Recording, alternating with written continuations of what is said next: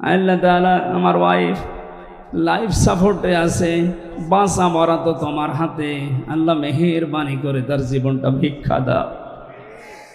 আমার তিনটা মেয়ে তুমি দিয়েছো, আল্লাহ তাদেরকে তুমি এতিম বানিয়ে দিও না।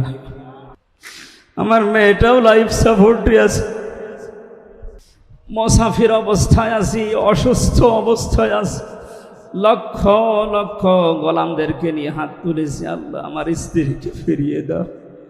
কিছুক্ষণ আগে আমার ওয়াইফকে লাইফ সাপোর্টে নিয়ে গেছে, আধা ঘন্টা মতো আগে।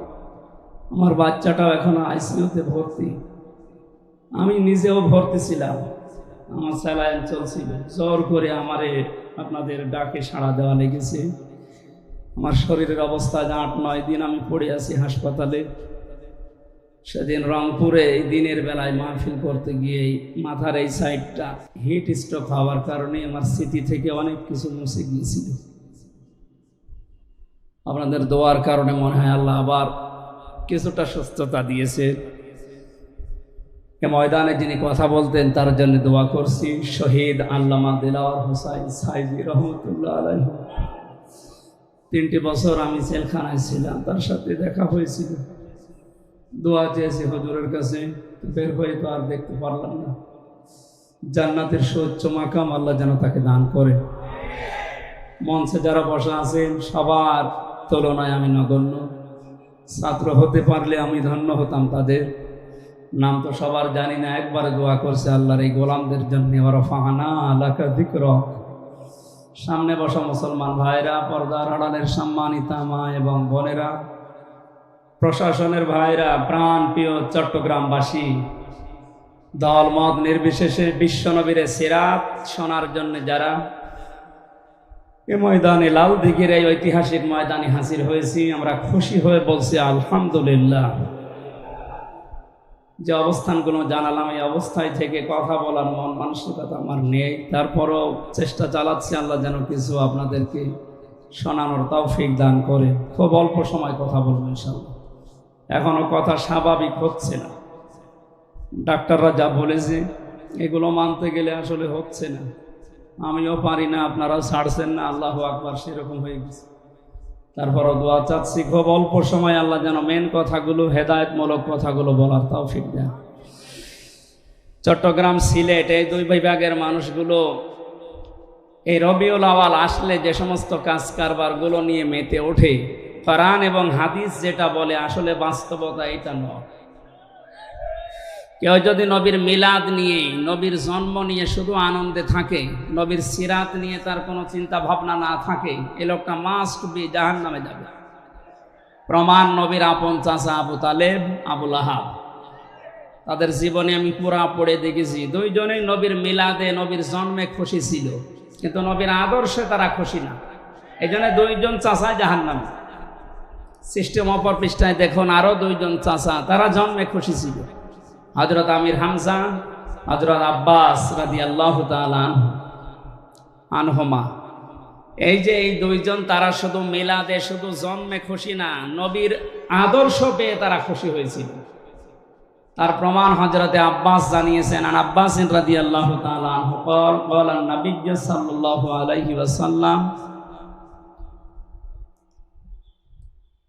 رضيت بالله ربا وبالإسلام دينا وبالإسلام دينا وبمحمد رسول الله صلى الله عليه وسلم نبيا ورسولا من ذاق طعم الإيمان।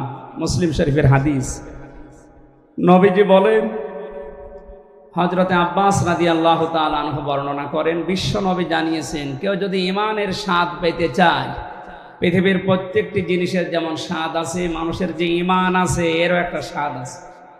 এই স্বাদ যদি কেউ পেতে চায়, সেজন্য আল্লাহকে রব পাওয়ার পরে খুশি থাকে। এটার বাস্তবতা শহীদ মীর কাসেম আলীর জীবনে এবং তার ফাঁসির আগের যে চিত্রগুলো আমি অনেক জায়গায় শিক্ষার জন্য বলেছি। উনি আল্লাহকে রব পেয়ে খুশি ছিলেন। এই জন্যে ফাঁসি হওয়ার 3 ঘন্টা আগে কারারক্ষীকে জানিয়েছে, ভাই আমি 2 ঘন্টা ঘুমালাম, আমাকে 1 ঘন্টা আগে আপনারা ডেকে দেবেন। কারারক্ষী কত বুদ্ধির ভাই, আমাকে বলছিল, আমির হামজা ভাই, আমি দেখলাম লোকটা ঠিক ঘুমিয়ে গেল। 3 ঘন্টা যার পরে ফাঁসি, সে 2 ঘন্টা ঘুমাচ্ছে। ঘুমায় কি করে? আমি বললাম ঘুমিয়েছে কি করে? আমি বুঝেছি, ইন্নাল্লাযীনা ক্বালু রাব্বুনাল্লাহু সুম্মা ইসতাকামু তাতানাজ্জালু আলাইহিমুল মালায়েকা। অবশ্যই যারা এই কথা বলতে পারে আমাদের রব আল্লাহ আর এর উপরে টিকে থাকতে পারে, অবশ্যই আল্লাহ তাদের জন্য ফেরেশতা নাজিল করে সাহায্য করে।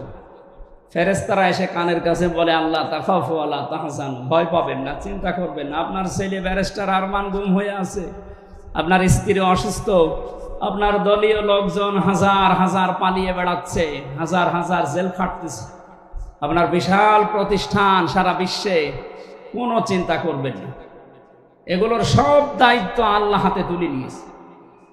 আমার মনে হয় ফেরেশতারা মীর কাশেম আলীর কানের কাছে কথা বলার কারণেই তার 2 ঘন্টা ঘুম এসেছিল, তাছাড়া ঘুম আসা সম্ভব না। আমি যা বলছি এটা তো বাস্তব, সেই 1500 বছর আগের না, 5-6 বছর আগের ঘটনা। সুতরাং বাস্তবতা এইটাই। শুধু মিলাদ নিয়ে, শুধু নবীর জন্ম নিয়ে খুশি হলে হবে না। এই সিরাতুন নবী, নবীর আদর্শ নিয়ে আমাদেরকে হযরত আব্বাস, হযরত হামজার মতো খুশি হওয়া লাগবে এবং বাস্তবায়ন করে দেখানো লাগবে। কথা বলেন ঠিক কিনা? আমরা এটাই চাই। কোরআনে কারীমের সূরা আরাফের একটা আয়াত পড়েছি, 96 নম্বর আয়াত। 2টা বিষয় আল্লাহ এখানে দিয়েছে। আল্লাহ তাআলা বলেন, ওয়ালাউ আন্না আহলাল কুরআ আমানু ওয়াত্তাকাউ, জনপদের লোকেরা যদি ঈমান আনে আল্লাহর প্রতি, এরপরে তাকওয়া অবলম্বন করে, লা ফাতাহনা আলাইহিম, সুপারলেটিভ ডিগ্রি দিয়েছেন আল্লাহ। আল্লাহ বলেন, আমি গ্যারান্টি দিলাম, অবশ্যই আমি নিজে খুলে দেব বারাকাতিম মিনাস সামাই ওয়াল আরদি, আকাশ আর জমিনের যত বরকতের দরজা আছে একটাও বাকি রাখবো না, সব খুলে দেব। ওয়ালাকিন কাযযাবু, কিন্তু তারা আমার রাসূলদেরকে, নবীদেরকে মিথ্যা প্রতিপন্ন করেছিল। ফাআখাযনাহুম বিমা কানু ইয়াকসিবুন, তাদের এই পাপের কারণে আমি আল্লাহ তাদেরকে পাকড়াও করেছিলাম। আয়াতের বাংলা অর্থ এটা ছিল। শিক্ষা কি? এবার আমরা বাস্তবের দিকে নিয়ে যাই। জালিম বিদায় হওয়ার পরে এদেশের মানুষের ইমানের যে পার্সেন্টেজ আমরা দেখতে পাচ্ছি, আগস্টের 5 তারিখের আগের একটা জরিপ পেয়েছিলাম আল জাজিরা থেকে। বাংলাদেশে 100 জনের 15 জন মানুষ চাইতো যে দেশে ইসলাম কায়েম হোক। তো 5 তারিখের পরে 1 মাস 7 দিনের ব্যবধানে একটা জরিপ আমি দেখেছি, আন্তর্জাতিক একটা জরিপ পেয়েছি। এই দেশে এখন 100 জনের 78 জন মানুষ চাচ্ছে যে ইসলামে দেশে কায়েম হোক।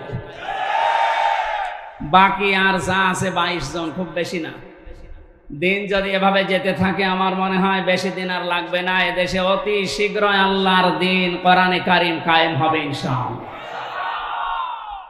বাংলাদেশ জামাত ইসলামীর কেন্দ্রীয় আমির ডক্টর শফিকুর রহমান কুষ্টিয়াতে গিয়েছিলেন কয়েকদিন আগে। সাংবাদিকদের প্রশ্নের জবাবে তিনি জানিয়েছেন যে আমরা যারা দায়িত্বে আছে তাদেরকে যৌক্তিক এবং সম্মানজনক একটা সময় দিতে চাই, কিন্তু অনেককে আমরা দেখতে পাচ্ছি 5 তারিখের পর থেকে তারা অনেক উচ্চবাচ্য করছে। আপনি কি করেছেন বলেন তো? সমন্বয়কদের ভেতরে আপনি একটু খোঁজ করে দেখেন, 152 জন, তার ভেতরে 108 জন ইসলামী ছাত্র শিবিরের দায়িত্বশীল। তারা কথা বললে তারা বলবে 108 জন এরা, আর বাকি আছে কয়জন? আপনি লাফান, হাতে এখনো থালা পাননি। এরপরেই 5 তারিখের পর থেকে যা আরম্ভ করেছিলেন, থালা পেলে কি করবেন বোঝা যাচ্ছে না। আমরা সময় দিতে চাই যৌক্তিক, অনেক কিয়ামত পর্যন্ত থাক, আমরা এটা চাই না, কিন্তু সম্মানজনক একটা সময় তো দেওয়া লাগবে।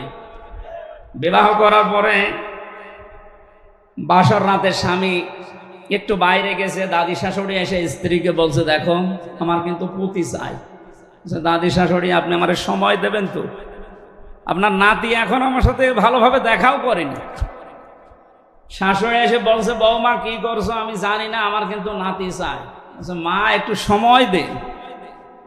দেবর আর ননদ এসে বলছে, ভাবি কি করবা জানি না, আমাদের কিন্তু ভাতিজা চাই। যে ঠিক আছে সময় দাও। স্বামী আবার এসে বলছে, বউ আমার কিন্তু বেবি চাই। বউ মুখ তুলে বলছে, তোমরা কি সব পাগলের বংশ? আমার এখনো কিছুই হয়নি, আমার এখনো কিছু হয়নি, এখনো 10 মাস 10 দিন সময় দেবে, কাজ কর্ম হবে, তারপরে তো কারো বেবি, কারো ভাতিজা, কারো নাতি পুতি। তা আপনি কেবল কয়দিন গেছে, 15.5 বছরের জঞ্জাল বের করতে, ফেলে দিতে সময় লাগবে না? এখনো হাজারো জায়গায় জালেমদের দোসররা বসে এখনো গোপনে ষড়যন্ত্র করছে। সংস্কার যখন আরম্ভ হয়েছে, লাল দিঘির এই ময়দান থেকে সমন্বয়কদের সাথে আমি যোগাযোগ করে কথা বলছি, যেহেতু 108 জনই আমরা, সবার সাথে যোগাযোগ করে বলছি সংস্কার আরম্ভ হয়েছে। এই মুহূর্তে 1628টা চেয়ার বাংলাদেশে আছে, সবগুলোর সংস্কার সকাল আসতে আসতে আমরা দেখতে চাই।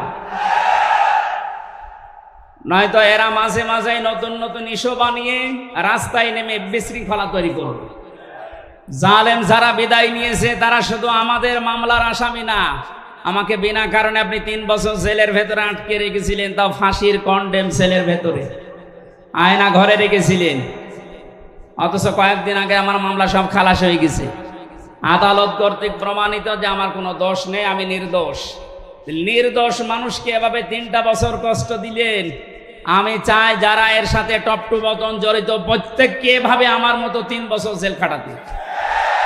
ব্যারিস্টার আরমানকে 8 বছর গুম রেখেছিলেন, ওর জন্য আরো আপনি 8 বছর আয়না ঘরে থাকবেন। 8 আর 3 কত হয়? 11 বছর থাকেন, এরপরে যদি ইচ্ছা হয় তখন আসবেন। খালি চট করে ঢুকে পড়বেন মানে? আপনি আসেন, 11 বছর হিসাব করে আসবেন। ব্যারিস্টার আরমান, আমান আজমির 8 বছর, আর আমির হামজার 3 বছর। এই কথা বলেন না কেন? আমরা বেশি চাই না, যতটুকু করেছেন অতটুকু করব। জেলখানায় আমার এই গেছে একেবারে যোগাযোগ বিচ্ছিন্ন। আমার বউ, মেয়ে, ছেলে, আমার মা বাবা বেঁচে আছে কিনা আমি তাও জানি না। আপনি কেন এত কষ্ট দিলেন? আর যা খাওয়াইয়েছেন মনে হচ্ছে কেউ মাখিয়ে মাখিয়ে খাবার আমার দিত। এই কারণে তো শরীর নষ্ট হয়ে গেছে। কিছু কথা বললে আমি আর হুঁশ পাই না। ডাক্তাররা বলছে ভেতরে অনেক পয়জন আছে, এগুলো বের করা লাগবে, স্বাভাবিক হতে সময় লাগবে। আপনি যা করেছেন, শুধু আমির হামজার মামলার আসামি আপনারা না, এই টপ টু বটন যারাই জড়িত আছেন আমি জানি সবগুলো আল্লাহর মামলার আসামি। এটা আমি বানালাম। সূরা শুরা 25 নম্বর পারা 6 নম্বর পৃষ্ঠা 13 নম্বর লাইনের 42 নম্বর আয়াত প্রথম অংশে আছে। বাংলাদেশে এখন প্রায় 66টা তাফসির পাওয়া যাচ্ছে। যে কোনো তাফসির দেখবেন এই কথা লেখা আছে, ইন্নামাস সাবিলু আলাল্লাযিনা ইয়াজলিমুনান নাস। অবশ্যই আমি আল্লাহ মামলা দায়ের করব জালেমদের বিরুদ্ধে, যারা মানুষ হয়ে মানুষের উপর জুলুম করে। সুতরাং এদেশে যিনি বিদায় নিয়েছেন, সে লক্ষণ সেন বিদায় নিয়েছিল 850 বছর আগে। তার উত্তরাধিকারী এই যে কয়েক মাস আগে বিদায় নিল, ইনি সহ যারাই দায়িত্বে ছিলেন আপনারা সব আমলা আল্লাহর মামলার আসামি। ইয়াজলিমুনা নাস দিয়েছেন আল্লাহ, ইয়াজলিমুনাল মুসলিমুনা না, যে যত মুসলমানকে অত্যাচার করেছেন না। আজ আমরা যা দেখতে পাচ্ছি গোপন ষড়যন্ত্রে, আমি আশা করব আপনারা থামবেন। এরপরও যদি আপনার বৃদ্ধি বাড়তেই থাকে, এখনো পর্যন্ত অনেকের বৃদ্ধি বাড়ছে। আপনার দুনিয়া তো শেষ হয়ে গেছে, আখিরাতটাও শেষ, এখনো তওবার দরজা বন্ধ হয়ে যায়নি। আপনাদেরকে আমরা কোরআনের জন্য, আল্লাহর জন্য ভালোবাসি, এই জন্য আসেন ফিরে, এখনো সময় আছে। গত কয়েকদিন আগে দিনাজপুরে 10 জন মানুষ মুসলমান হয়েছে। তার আগে 2 জন হয়েছে চুয়াডাঙ্গায়, এর আগে 1 জন হয়েছে গাইবান্ধায়। দেখতে যা পাচ্ছি 78% থাকবে না, 100 ভাগের 100 ভাগ মানুষের দেশে ইসলাম চাইবে রাষ্ট্রীয়ভাবে ইনশাআল্লাহ।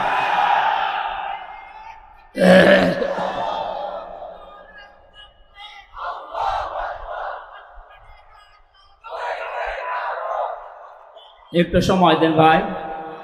ওয়ালাকিন কাযযাবু, আয়াতের তাফসীর পড়তে গিয়ে আজকে দেখছিলাম ইবনে কাসিরে, তিনি বলেন নবী এবং রাসূলদেরকে যারা মিথ্যা প্রতিপন্ন করছেন, আমার তো মনে হচ্ছে 1500 বছর আগে না, বাস্তবে আয়াত এই 2024 সালে আল্লাহ নাজিল করেছে। ওয়ালাকিন কাযযাবু, যারা মিথ্যা মনে করেছে রাসূল আর নবীদেরকে। এখন নবী আর রাসূল নেই, নবী রাসূলের উত্তরাধিকারী নায়েবে রাসূল ওলামা ইকরাম আছে। এক কথা বলে না কেন? সুতরাং এদেশে আলেমরা এবং জ্ঞানী মানুষ যারা কোরআন হাদিসের উপরে পাণ্ডিত্য, এই মানুষগুলো এদেরকে অনেকে মিথ্যা প্রতিপন্ন করার জন্য বিভিন্ন কায়দা কৌশল খুঁজতেছেন। আমি ইঙ্গিত দিলাম, শুধু আপনারা সাবধান থাকবেন।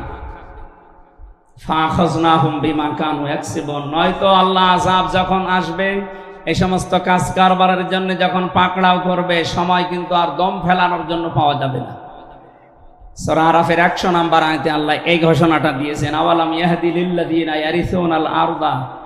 আল্লাহ তাআলা বলেন, এই মানুষগুলো কি, এদেরকে জালেম বিদায় নেওয়ার পরে যে আমি একটা প্রতিষ্ঠা দিলাম, জমিনের উত্তরাধিকারী বানালাম, এরপরও যদি এরা পাপে নিমজ্জিত হয়, এরা কি মনে করে না যে আমি আল্লাহ ওদের মতো এদেরকেও ধরতে পারি?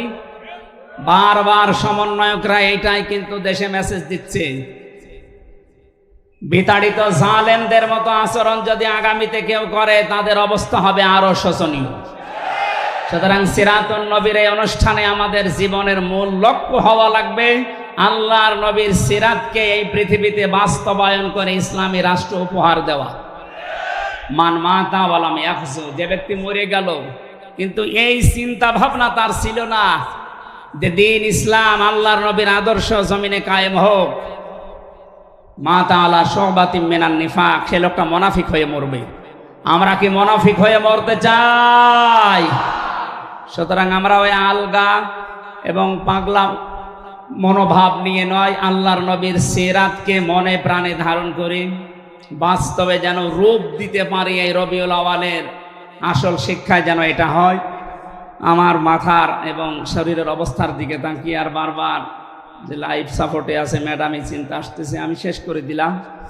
আগামীতে আসলে, আমি এসেছি অনেক আগে, সেই বিকাল 4:30টার সময়, আপনারা নিয়ে আসতে এত দেরি করবেন আমি জানি না। বললাম এসার পরে তুলে দিলে রাত 10টা পর্যন্ত কথা বলে চলে যেতাম। বিমানের টিকিট কাটা আছে, এর জন্য আজকের মতো ক্ষমা চাচ্ছি, মাপ চাচ্ছি। আগামীতে কোনো জায়গায় আসলে দেখা হবে, কথা হবে ইনশাআল্লাহ। আল্লাহুম্মা আমিন। রব্বানা যালামনা আনফুসানা ওয়া ইল্লাম তাগফির লানা ওয়া তারহামনা লানাকুনান্না মিনাল খাসিরিন। রব্বুল আলামিন, চট্টগ্রামের ঐতিহাসিক লালদিঘি ময়দানের দিকে তোমার কুদরতের নজরটা দিয়ে দেখো। লক্ষ লক্ষ নারী পুরুষেরা নবীর সিরাত শোনার জন্য তারা অধীর আগ্রহ নিয়ে বসে আছে। বিশ্ব নবীর আদর্শ ধারণ করার জন্য, শোনার জন্য যাদের এত আগ্রহ, এদেরকে তুমি হযরত ওমরের মতো বানিয়ে দাও।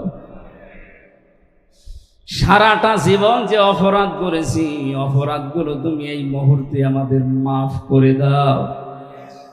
জালেমদেরকে বিদায় দিয়ে আল্লাহ তাআলা মন খুলে কথা বলার মতো একটা পরিবেশ তুমি এদেশে দিয়েছো। এ নিয়ামতটা যেন উত্তরোত্তর বৃদ্ধি পায়, সেই ব্যবস্থা করে দাও। এর পূর্ণতা লাভ হবে তখন যখন তোমার আইন দিয়ে দেশটা চলবে। জীবনে 53 বছরে, আমার তো 33 বছর, 53 বছর দেশটা স্বাধীন হওয়ার পর অনেকেই চালিয়েছি, আমরা দেখেছি। কারো বাবা চালিয়েছে, কারো স্বামী চালিয়েছে, কারো চাচা চালিয়েছে, কারো বুবু চালিয়েছে, কারো ভাবি চালিয়েছে। কোরআন দিয়ে চললে দেশটা কেমন দেখা যায় আজ পর্যন্ত আমরা দেখি নাই। জীবনের বড় আশা, কোরআন দিয়ে দেশ চললে কেমন দেখা যায়, এটা তুমি চর্ম চোখে দেখার সুযোগ করে দাও। আল্লাহ তাআলা বাস্তবে যেন আমরা দেখতে পারি তোমার আইন দিয়ে 56,000 বর্গ মাইল চলছে। মিনি জান্নাত এই দেশটাকে তুমি বানিয়ে দাও। এদেশের জন্য যারা বৈষম্য বিরোধী ছাত্র আন্দোলনে জীবন দিয়ে গেল, আল্লাহ শাহাদতের সর্বোচ্চ মাকাম দান করো।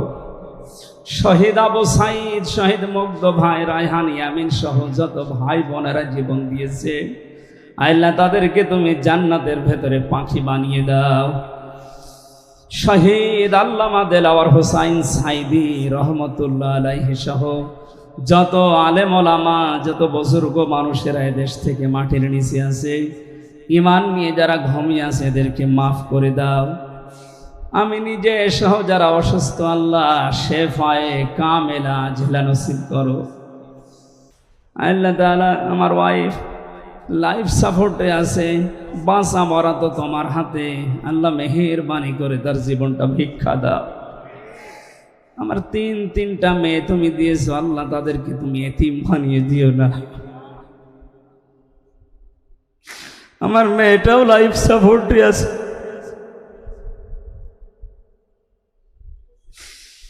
মুসাফির অবস্থায় আছি, অসুস্থ অবস্থায় আছি, লক্ষ লক্ষ গোলামদেরকে নিয়ে হাত তুলেছি, আল্লাহ আমার স্ত্রীকে ফিরিয়ে দাও।